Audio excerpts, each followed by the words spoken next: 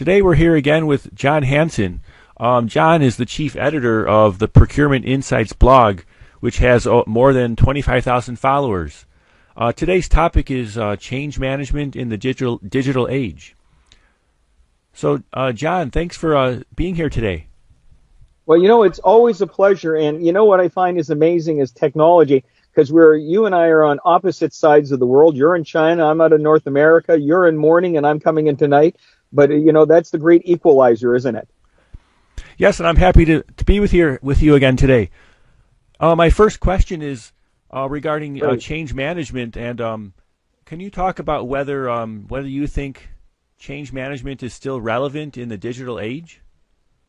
Well, it's an interesting question, Dustin, and we had talked a little bit about this in the virtual green room.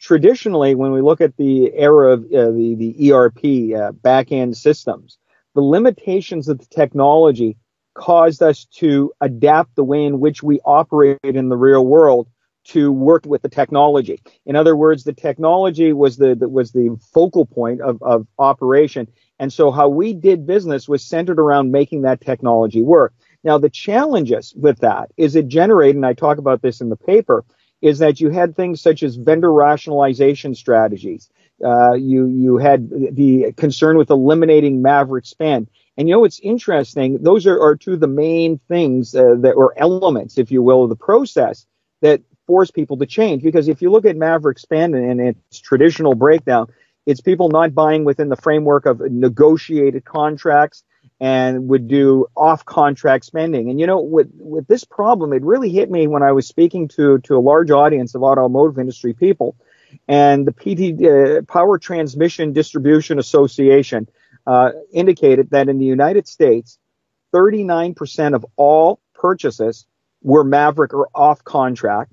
In Canada, that number ballooned to 79%. Now, if you look at that, are we dealing with procurement people who are not inclined to follow the rules? Are we dealing with people who are being, deliberately disobedient to the system? What was the problem there? Why was there that high percentage? And maverick spend, as you know, Dustin, because you've been in the industry a long time, is one of the biggest problems we often faced. Well, the problem that we found out with that is that in most cases, people, the buyers, the procurement professionals who had relationships, who knew where the best opportunities were, who knew that some of the contracts that were negotiated weren't necessarily reflecting the best value, especially when you get into indirect MRO materials, they would buy off contract because they could get better deals. So change management strategies to try to eliminate maverick spend, change management strategies to rationalize vendor supply basis, all were driven really by the technology of the time and not necessarily by the best process or the best potential outcomes. So do you see where I'm going with that, Dustin? So I'm thinking, what's the solution to these type of problems? Well, the evolution came with the emergence of the digital transformation, the on-demand technology, the software as a service. In the past, e-procurement, especially with the ERP world. And, I talked about this the last time we spoke about Gartner's postmodern ERP era and saying that, these legacy systems are an anchor as it relates to procurement. The reality is when you had the emergence of these newer technologies, which could be implemented in weeks and days as opposed to months and years, they were more intuitive to being able to engage more suppliers. They were more intuitive to be able to say, look, we don't have to rationalize supply bases because we can engage suppliers with confidence, with quality, and with certainty. So what ended up happening is instead of limiting supply bases, we're able to broaden and onboard suppliers much faster. That means that the buyers now are getting access to the true market. And that's where this digital transformation is so exciting. And that was the basis for me saying, is change management still relevant in the digital era? Yeah, you see where I'm going here, Dustin? And, do you have any examples or situations you can share regarding the success with this approach? Well, give you an idea. First of all, we're seeing the success by the implementations of these systems, these new on-demand systems. Once the industry got through the biggest obstacle is that, how can a system a SaaS or an on-demand model be put in for within weeks and days for a fraction of the cost of these overarching ERP initiatives, I can't go back to my board or my senior management and say, we've just spent millions of dollars to implement a solution.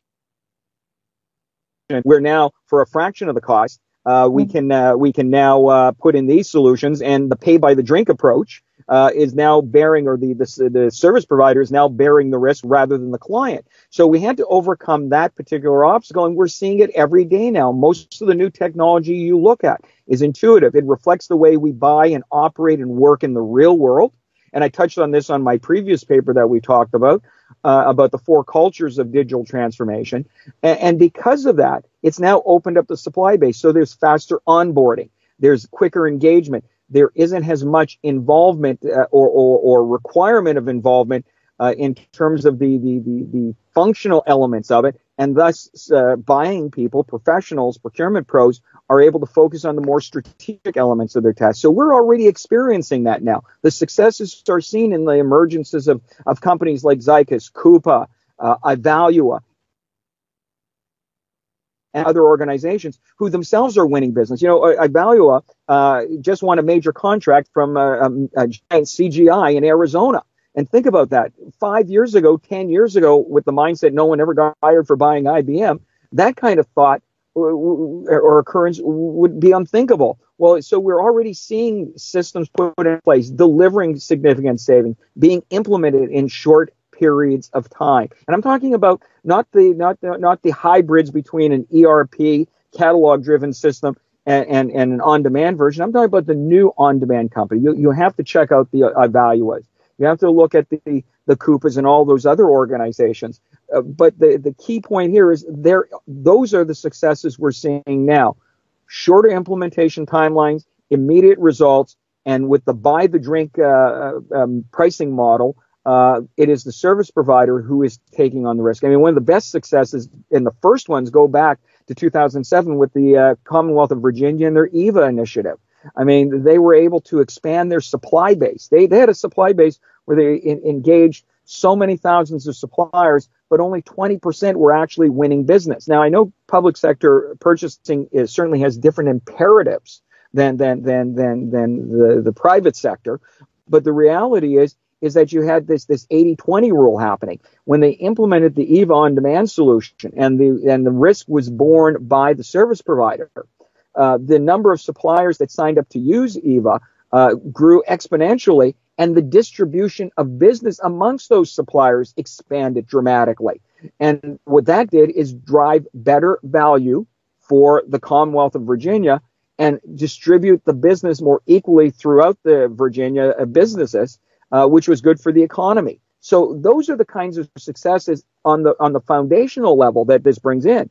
In the subject of change management, Dustin, because you're able to, again, onboard suppliers quickly, you've got immediate intelligence that can be utilized right away. I mean, in the old days, if you want a technology or you used the ERP system and you went to the back to ask for buying information or data, by the time that data was made available to you, it was already old and its usefulness had diminished considerably. Now we're dealing with real-time data. We're able to make intelligent decisions, not only in terms of the sourcing of products, the acquisition of products, but even in terms of the payment and methodology of financing of these acquisitions to both the benefit of not just the buyer, but the suppliers. So that's why the change elements that was there in the past is no longer required. You're not going to run into an automotive industry sector where you've got 39% Maverick spend in one country and 79% in another. Those are huge statistics. You're not going to change buyer habit if it doesn't make sense. You see where I'm coming from? Yeah, and I'm thinking about your white paper titled "Is Change Management Still Relevant in the Emerging Digital Era?" What would you say is your final recommendations regarding that white paper? Well, when you talk about change management, and remember, organizational change management has shifted from a functional imperative to a cultural imperative.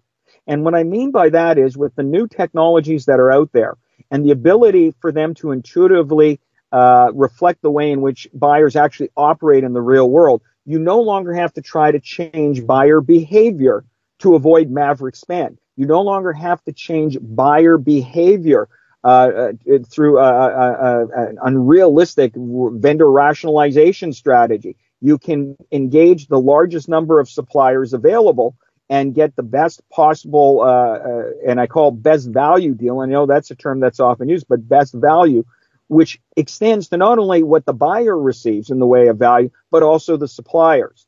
The change has to come from a cultural standpoint. That is, and the first hurdle, which was the most important for SaaS and on-demand, was, and I alluded to it earlier, Dustin, is the fact that there was an unwillingness to acknowledge that the emperor had no clothes on.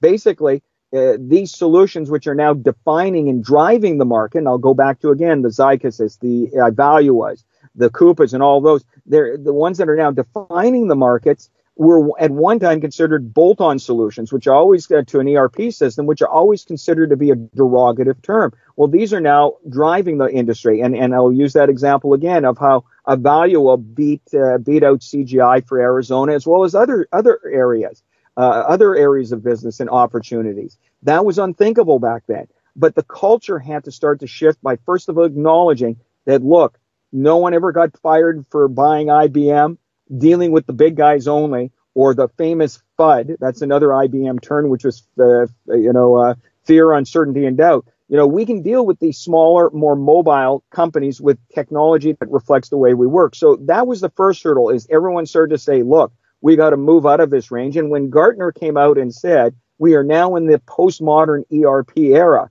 that was, I think, the important signal that first obstacle came down. Now we have to get to the next level of where we look at it and say, okay, now what is digital transformation? What are the strategies? And if you recall from the last discussion we had in the white paper, another one that I written about the four cultures, McKinsey talked about a survey of 1,650 incumbent companies, and only 20% of them had a progressive digital reinvention strategy, and only 2% had focused on supply chain, despite the fact that the McKinseys and the other analyst firms and experts and pundits in the industry are saying they have to move in this direction. That is a cultural change. That is change management now. We're talking about changing senior management perception as to where the industry is going and where it needs to go, because the technology is no longer the limitation.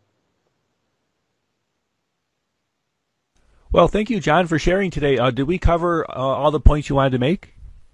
I think we did.